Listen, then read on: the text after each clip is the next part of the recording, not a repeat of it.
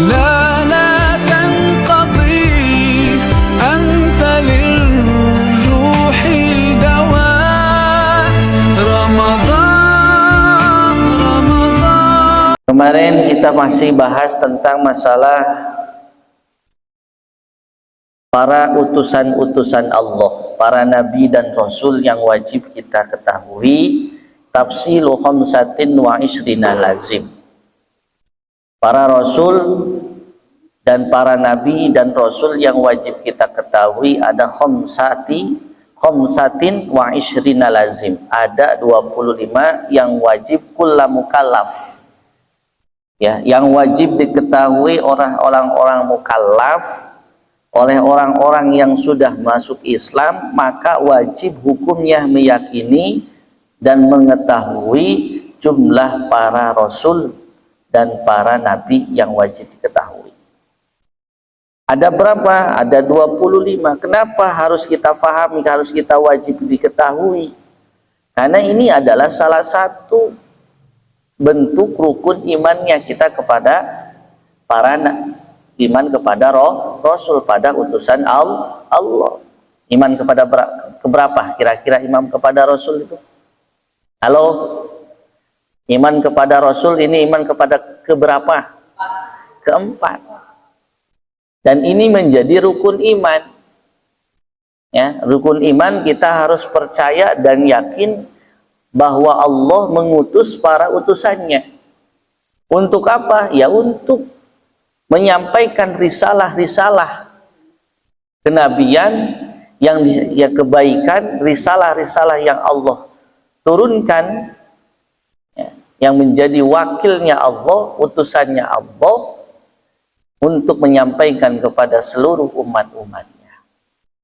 Umat Nabi Musa punya Nabi Musa punya umatnya, Nabi Ibrahim punya umat, Nabi kita Muhammad Sallallahu Alaihi Wasallam juga punya umat. Bahkan dikatakan oleh para alimil ulama, umatnya Kanjeng Nabi itu disebut khairul ummah. Umatnya Kanjeng Nabi itu disebut sebaik-baik di antara umat-umat Nabi yang lain. Kenapa umatnya Kanjeng Nabi disebut khairul ummah? Karena nabinya juga mulia. Nabinya juga mulia. Kenapa? Karena nabinya mulia, maka otomatis umatnya juga akan mulia. Kita mulia karena nabinya mulia. Maka seandainya sealam jagat raya ini, para santri, berbicara tentang kemuliaannya Kanjeng Nabi, seandainya sejagat raya ini tidak memuliakan Kanjeng Nabi, tidak ada yang memuliakan Kanjeng Nabi mah sudah mulia. Percaya? Yakin? Kanjeng Nabi mah sudah mulia. Lah kita mulia karena nabinya mulia. Maka jangan sombong ketika kita sudah dititipin oleh Allah berupa ilmu, dititipin oleh Allah berupa kekayaan, dititipin oleh Allah berupa misalkan jabatan, dititipin oleh Allah berupa misalkan kenikmatan dunia. Kita jangan sombong. Kenapa? Karena tidak berhak kita sombong. Karena kita mulia karena lantaran utusannya itu mulia. Kita mulia karena utusannya itu mulia. Siapa? Kanjeng Nabi Muhammad Sallallahu Alaihi Wasallam. Maka salah satu ajaran yang tidak pernah diajarkan oleh nabi-nabi terdahulu, salah satunya ini ada 6 ajaran yang hanya Kanjeng Nabi diajarkan kepada umatnya. Nabi-nabi terdahulu itu tidak diajarkan. Apa? Yang pertama, ajaran Rasulullah itu mengatakan apa? Dzikrul anbiya wal ibadatun. Betul? Kemarin bisa dijelasin kan? Dzikrul anbiya ibadatun, menceritakan, mengingat-ingat, mendengar kisah-kisah para nabi terdahulu itu adalah ibadah. Ini ada dalam hadis, dalam riwayat Al-Imam Ad-Dailani. Ada 5 hal yang ini adalah yang harus dikerjakan oleh umat-umatnya Nabi kita Muhammad, yaitu umat kita semua. Di antaranya apa? Kanjeng Nabi memerintahkan untuk senantiasa mengingat-ingat kembali, menceritakan sejarah-sejarahnya para nabi terdahulu. Kenapa bisa seperti itu? Untuk pembelajaran kita, untuk motivasi kita, karena ketika Rasulullah Shallallahu Alaihi Wasallam melihat Al-Quran, ternyata Al-Quran itu kan kita sudah sampaikan, ada 6.666 ayat. Al-Quran itu 30 juz, ya, 30 juz itu jumlah ayatnya ada 6.666 ayat yang menceritakan tentang tentang hukum syariat, hitungan 500 ayat para hadirin. Yang menceritakan tentang hukum syariat itu ada 500 ayat. Berarti sisanya berapa? Sisanya berapa? 6.666 ayat. Diambil 500 ayat untuk tentang hukum. Berarti ada berapa? 6.166 ayat. Ini khusus menceritakan tentang hikayahnya, ceritanya para nabi terdahulu. Kanjeng Nabi ketika melihat, ya, sejarah-sejarahnya para nabi terdahulu, Kanjeng Nabi nangis para hadirin. Kanjeng Nabi nangis ketika Kanjeng Nabi mengatakan kepada sahabat, kullu ummatin yadkhulunal jannah, setiap umatku kata Rasul itu seluruhnya itu akan masuk surga, illa man aba, kecuali mereka yang tidak mau masuk surga. Ini Kanjeng Nabi mengatakan setiap umatku, para sahabat langsung sujud seketika itu.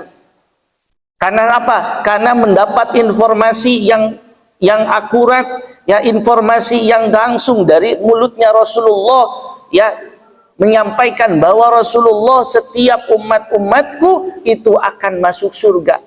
Langsung sontak para sahabat itu langsung sujud, seraya memanjatkan syukur kepada Allah Subhanahu wa Ta'ala. Illa man aba, kata Rasul, kecuali hanya mereka yang tidak mau masuk surga. Lantas para sahabat bertanya, ya Rasul, siapakah gerangan orang-orang yang tidak mau masuk surga itu? Lantas Rasulullah itu menjawab, siapa mereka yang tidak mau masuk surga? Man ato'ani dakhalal jannah, barang siapa yang taat kepadaku, kata Rasul, itu akan masuk surga. Wa man asoni, dan barang siapa yang tidak taat, yang maksiat kepadaku, kepada Allah dan Rasulnya, faqad aba, berarti mereka itu tidak mau masuk surga. Bayangkan para Rasul, coba perhatikan, bayangkan, Kanjeng Nabi bahasanya luar biasa, tidak kuat, tidak kuasa mengatakan yang tidak taat, yang taat akan masuk surga, yang tidak taat akan masuk neraka. Bahasa neraka Kanjeng Nabi itu tidak mampu. Hanya memberikan bahasa yang tidak taat, berarti dia tidak mau masuk surga. Coba kalau misalkan kembali kepada kita yang penuh dosa, kita yang penuh hilaf dan lupa, pasti kalau kita mengatakan yang nurut sama kita maka akan selamat, yang tidak nurut sama kita pasti akan celaka. Kita mah pasti mendoakan yang jelek-jelek. Kanjeng Nabi mah saking cintanya kepada umatnya, beliau itu tidak kuasa menyebutkan yang tidak taat kepadaku itu masuk neraka. Hanya memberikan ucapkan yang tidak taat kepadaku, dia termasuk orang-orang yang tidak mau masuk surga. Ini betapa cintanya Kanjeng Nabi kepada umatnya. Nangis para hadirin, para santri. Ketika Kanjeng Nabi melihatnya isi kandungannya Al-Quran, itu betapa banyaknya cerita-cerita Nabi terdahulu yang intinya ini untuk apa? Untuk menguatkan Rasulullah di dalam berdakwah para santri. Ini tujuannya. Kenapa? Karena ketika sudah ada contohnya, sudah ada misalkan, kalau misalkan kaum zaman dulu itu lesbian, cinta sesama jenis, itu kaumnya kaum Nabi Lut. Ketika membangkang umat-umatnya menyembah berhala, ya, diceritakan di Nabi Ibrahim alaihi salam, diceritakan seluruhnya. Itu pada nangis para santri. Kanjeng Nabi itu nangis. Kenapa? Karena umat utusan Rasul-Rasul terdahulu itu tidak sabar. Ini dipetik, maka kita harus bersyukur kepada Allah. Ditakdirkan oleh Allah, ya, sebagai umat baginda Nabi kita Muhammad sallallahu alaihi wasallam. Kita harus bersyukur, alhamdulillah. Kenapa? Karena kata Rasul ini, ya, nabi-nabi terdahulu, utusan-utusan Allah terdahulu itu tidak sabar. Sehingga ketika ada umat yang membangkang, ketika ada umat yang tidak taat, langsung berdoa kepada Allah. Ya namanya juga nabi. Ustaz tanya, ya nabi kalau doa utusan Allah, kekasih Allah, ketika berdoa kepada Allah, doanya pasti diijabah atau tidak? Pasti diijabah atau tidak? Pasti. Namanya juga utusan Allah, kekasih Allah. Ketika kekasihnya itu ngeluh, berdoa, mengharapkan kepada Allah, pasti diijabah. Akhirnya apa? Turun banjir. Nabi Nuh alaihi salam, umatnya pada membangkang, hanya pengikutnya, dalam riwayat hanya 40 orang yang tak ikut bersama Nabi Nuh alaihi salam. Bayangkan dakwanya itu tidak kurang dan tidak lebih 400 tahun. Dalam hikayat pengikutnya hanya 40 orang. Kanjeng Nabi itu beda. Hanya selama 22 tahun, 2 bulan, 22 hari, kalau digenapkan 23 tahun Rasul berdakwah, baik itu di kota Mekah maupun berdakwah di kota Madinah, tapi ajarannya sampai detik ini kita rasakan. Alhamdulillah, alhamdulillah. Ini kita patut bersyukur kepada Allah Subhanahu wa ta'ala. Nabi Nuh gak kuat karena tadi umatnya Nabi Nuh karena banyak membangkang, banyak perselewengan, banyak kemaksiatan. Akhirnya apa? Nabi Nuh doa kepada Nabi Lut alaihi salam, doa kepada Allah, ya Allah, binasakanlah saja semua umat-umatku yang tidak taat kepadamu ya Rob. Ya namanya Nabi doa tuh. Di akhirnya apa? Dibendem, dikubur hidup-hidup, ya, dengan pasangan-pasangannya. Ya, naudzubillah, masya Allah. Nah, itu seperti itu para hadirin.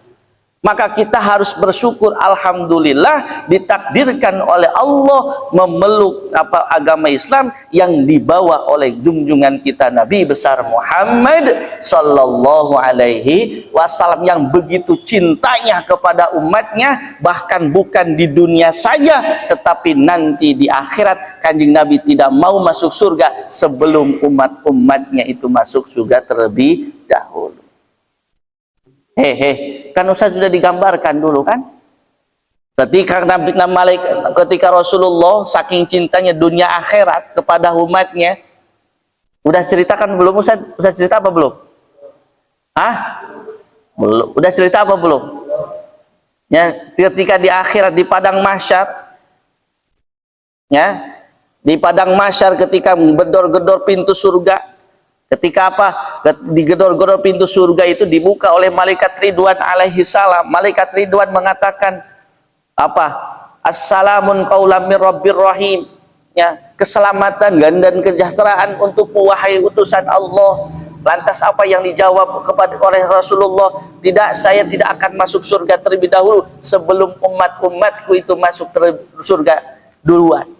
Akhirnya apa? Rasulullah pamitan kepada malaikat Ridwan alaihi salam, wahai malaikat Ridwan, aku izin dulu, pamit dulu, akan melihat itu umat-umatku yang di padang mahsyar itu, yang lagi nunggu ya syafaatku ini. Akhirnya apa? Kanjeng Nabi turun di padang mahsyar, mencari umat-umati analaha, umatku sini mendekat, sini mendekat. Umatku analaha sini mendekat, mendekat. Akhirnya teriakan Rasulullah itu mengembarkan itu di seluruh padang mahsyar itu, digemparkan oleh teriakan Rasulullah, sehingga apa? Mereka umat-umat itu pada mendekat kepada Kanjeng Nabi. Kemudian para sahabat ketika diceritakan itu, sahabat itu bertanya kepada Rasul, "Ya Rasul, ini gimana ketika engkau memanggil-manggil umatmu, ketika di padang mahsyar memanggil-manggil umatmu, lantas bagaimana ketika ada umatmu yang tidak mendengar panggilanmu dan tidak mendengar suruhanmu, bagaimana ini kalau yang ada yang ketinggalan ya Rasul?" Rasul mengatakan, "Ummati laha alamatun." Umatku ini, kata Rasul, itu ada tandanya. Tenang saja wahai sahabat, kata Rasul ini, tenang saja. Kenapa? Karena umatku itu alamatun, ada tandanya dibandingkan umat-umat yang lain. Khusus umatku, yaitu umat saya, kata Rasul, itu ada tandanya. Apa itu tandanya, kata para sahabat? Kata Nabi mengatakan, "Burron muajjalina min atharil wudu." Tandanya itu adalah karena cahaya akan tandanya, mukanya itu akan bercahaya, jidatnya itu akan bercahaya, wajah, tangan, kaki, seluruh tubuh itu akan bercahaya, sehingga akan memudahkan kepada oleh Rasul ketika ada umat-umat yang nyemplet, ada umat Kanjeng Nabi yang nyemplet, sehingga akan kelihatan, oh itu ada cahayanya, sini mendekat, seluruhnya tidak akan pernah tertinggal. Ini ada anekdotnya. Ini yang di depan ketika ini ada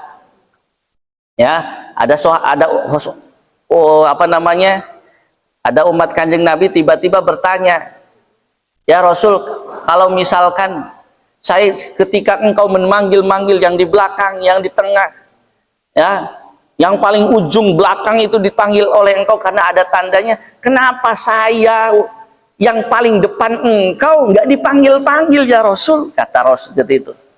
Ini mas secara anekdotnya seperti itu.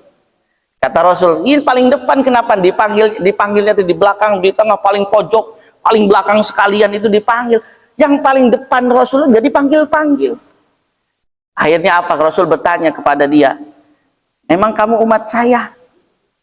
Coba bayangkan ketika ditanya oleh Rasul, "Emang kamu umat saya? Emang kamu umat saya?" Emang ngaku-ngaku boleh apa tidak? Ngaku-ngaku boleh apa tidak? Tapi permasalahannya yang mengakui itu mengakui apa tidak? Yang mengaku-ngaku itu mengakui apa tidak? Itu permasalahannya. Ngerti nggak? Ya Kanjeng Nabi mengakui apa tidak? Kita ngaku-ngaku pengen jadi umatnya Kanjeng, tapi Kanjeng Nabi mengakui enggak. Nah, permasalahan seperti itu. Umat yang seperti itu ketika ditanya, "Emang kamu umat saya?" Kata sahabat itu, "Iya ya Rasul, saya itu umatmu. Saya itu dulu semasa di dunia itu cinta kepadamu. Ya, saya harus bersolawat, saya bersedekah, saya sholat."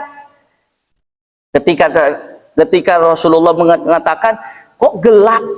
Bayangkan, kok gelap? Kok gelap? Bayangkan. Ya, bayangkan bahasa Rasulullah, kok gelap ketika kamu mengaku-ngaku kamu sebagai umatnya Kanjeng Nabi yang cinta kepada Kanjeng Nabi selama di dunia itu, tiba-tiba ditanya oleh Rasul, kok gelap? Apa coba bayangkan rasanya itu, sakitnya itu di sini. Ya kan? Sakitnya luar biasa. Ternyata ditanya pas diselusuri, ya memang kok gelap. Ya sholatnya juga 1 tahun sekali. Sholatnya juga 1 tahun sekali. Areku maha bercahaya tuh. Baca Quran boro-boro, cuman apal alif-alifan saja. Dulu misalkan sudah ditinggal Quran, tinggal nama, sholat tinggal waktu misalkan. Ya iya, karena bukan gelap mereka mukanya saja, bukan. Wong gelap aja itu kalau misalkan berwudu itu akan memancarkan cahaya, dan itu kata Rasul menjadi alamah tanda-tanda bahwa itu adalah umat baginda Nabi kita Muhammad sallallahu alaihi wasallam. Ini kita patut bersyukur para santri. Makanya salah satu ajaran Rasulullah yang tidak pernah diajarkan oleh nabi-nabi terdahulu itu ada 5. Yang pertama, kata Rasul, dzikrul anbiya ibadatun.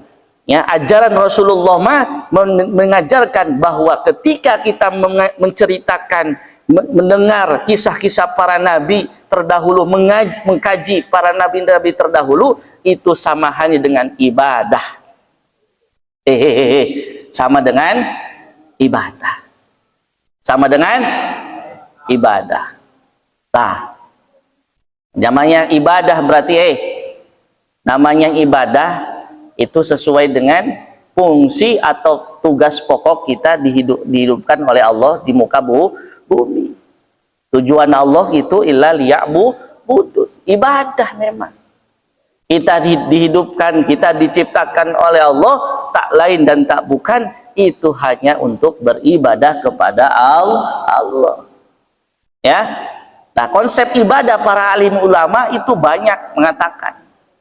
Kalau misalnya berbicara tentang konsep ibadah, itu banyak. Para alim ulama, makanya saking banyaknya, saking luasnya itu ibadah, itu para alim ulama membagi 2. Membagi seberapa? Ibadah itu dibagi menjadi 2. 1 ibadah mahdhah, 2 ibadah ghairu mahdhah. Hubungan langsung dengan Allah seperti sholat, seperti puasa. Lah ini ibadah mahdhah. Allah langsung bahkan ada afdal yang utamanya, yang paling spesial di bulan suci Ramadan ini, di dalam hal puasa ini langsung dalam hadis, ada yang hadis itu mengatakan bahwa puasa ini minni, ya, aku yang langsung, kata Allah, yang akan memberikan ganjarannya. Jadi pahalanya spesial ini terkait tentang ibadah puasa. Dan puasa ini para santri, sekali lagi Ustadz katakan, puasa ini salah satu ibadah yang sedikit riaknya. Saya tanya, sekali lagi Ustaz katakan, puasa ini yang salah satu ibadah yang sedikit riak, pamer, mengharap selain Allah, itu puasa. Coba Ustaz, sholat bisa ada pamernya? Sholat? Ustaz tanya, ketik ibadah sholat 5 waktu atau sholat sunnah yang lainnya bisa pamer? Bisa. Kelihatan kan? Kelihatan, apalagi kalau misalkan ada cemewewnya, ada yang disenenginya, dipanggil. Oh, kalau di pondok mah itu kan pengalaman Ustaz seperti itu. Kalau ada yang disenengi, pura-pura soleh padahal salah misalkan. Tapi nggak apa-apa, kata Imam Al-Ghazali. Ya, untuk beramal nggak apa-apa, riak dulu, biar Allah Subhanahu wa taala nanti akan memberikan hidayahnya bahwa betapa perbuatan tersebut itu salah. Itu sholat bisa riya, kelihatan. Kemudian zakat bisa riya, bisa kelihatan. Pengen disebut dermawan, pengen disebut misalkan ahli sodakoh. Tapi haji kelihatan apa tidak? Kelihatan banget. Dari mulai misalkan mau pemberangkatan saja, kalau di kampung itu ada acara walimatus safar, sudah mau diiring-iring satu kampung ikut semua, yang haji 1 orang, yang ngiring itu 1 RT, 1 desa ikut semua, padahal yang berangkatnya itu 1 orang. Ria apa tidak? Ria. Tergantung kitanya memang, tetapi hanya puasa yang tidak akan ketahuan kita puasa atau tidak, itu hanyalah Allah dan dirinya yang tahu. Asal kita ngomong-ngomong, saya puasa, ya itu berarti satu yang pamer. Paham maksud Ustaz? Puasa ini, maka kata Allah, spesial dari puasa itu sendiri, itu hanya Allah yang langsung memberi ganjarannya itu. Yaitu dzikrul anbiya, itu puasa mahdhu, hubungan ibadah secara langsung berhubungan dengan Allah. Ada juga kata para alimin ulama ibadah ghairu mahdhu, Ibadah yang berhubung tidak secara langsung berhubungan dengan Allah, artinya harus berhubungan dengan sesama makhluk Allah. Contohnya apa Ustaz? Saling cinta mencintai karena Allah, saling peduli dengan sesamanya, saling tolong menolong, itu adalah ibadah. Kita senyum tabasam, kita senyum kepada sesama muslim, itu ibadah. Kita saling menolong, misalkan ada teman-teman yang saling, ada yang teman yang apa, yang lagi kesusahan, kita menolong, itu ibadah. Bahkan ketika misalkan kita lagi berjalan di jalan sekalipun, para santri, ketika kita lagi berjalan di jalan sekalipun, ketika ada halangan, itu rintangan yang ada di jalan seperti batu, kita singkirkan itu batu itu, baik itu dengan diambil atau ditendang sekalipun, kalau niatannya untuk menyelamatkan yang orang lain, itu juga disebut ibadah. Jadi banyak terkait tentang masalah ibadah. Kita ngaji oge ibadah, ngaji juga ibadah. Selain untuk menghilangkan kebodohan, juga kita pengen mengharap ridho dari Allah Subhanahu wa ta'ala. Kalau Allah ridho, apapun yang kita inginkan akan beres. Percaya. Kalau Allah ridho, segala apa cita-cita yang kita panjatkan pasti diijabah oleh Allah Subhanahu. Itu konsepnya kalau ridho. Maka kita masuk surga oge bukan karena pahala, bukan karena kita taat kepada Allah, tetapi karena ridhonya Allah. Karena ridhonya Allah. Makanya dalam ibadah apa? Lillahi diakhiri pasti lillahi nawaitul ghusla li rafil hadasil akbari fardhol lillahi bareng-bareng lil fardhol lillahi ketika wudu kita nawaitul wudu'a li rafil hadasil asghari fardhol lillahi usolli fardhol subhi rakaataini fardhol lillahi segala-galanya lillahi bukan lil insan, bukan lil mar'ah, bukan, tapi apa? Lillahi ta'ala. Kalau sudah lillahi ta'ala, maka tidak ada lagi la haula wala quwata illa billahil. Paham tidak? Nah, ini adalah ajaran yang pertama yang diajarkan oleh Rasul.